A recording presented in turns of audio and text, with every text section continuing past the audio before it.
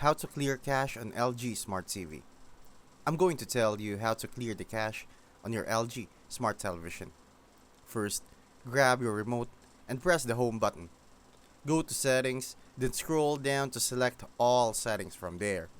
Choose general and then system. Now look for storage and reset for application manager, depending on your LG TV model.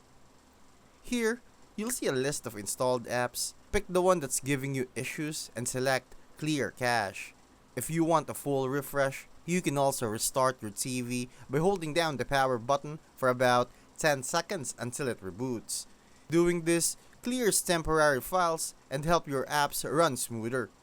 If problems keep happening, uninstalling and reinstalling the app is another fix. The simple cache clear usually solves lag, freezing, or loading issues on LG Smart TVs.